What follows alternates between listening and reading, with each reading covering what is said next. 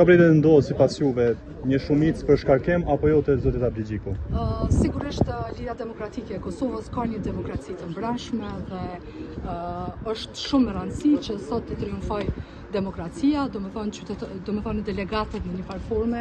të votojnë sipas bindjeve të tyre personale dhe besoj që do ja dalin me sukses. A keni pas presion për votim pro apo kundër zotit Abligjiku? Jo, absolutisht jo, absolutisht. Unë jam anëtare kryesisë së Lidhës Demokratike të Kosovës dhe ne padyshim që do ta bëjmë më të mirën sot që Lidha Demokratike e Kosovës të triumfojë me vlerat të cilat edhe historikisht i ka promovuar dhe i ka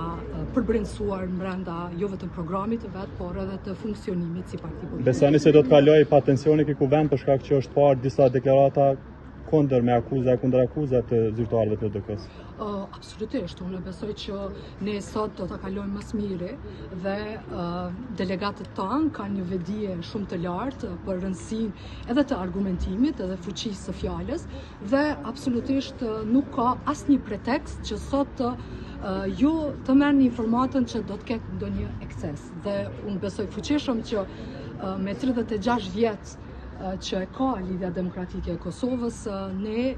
e kemi ndërtuar shtetin me vlerat e lirisë së mendimit, të shprehjes së lirë dhe të demokracisë në përgjithësi. Kështu që unë nuk besoj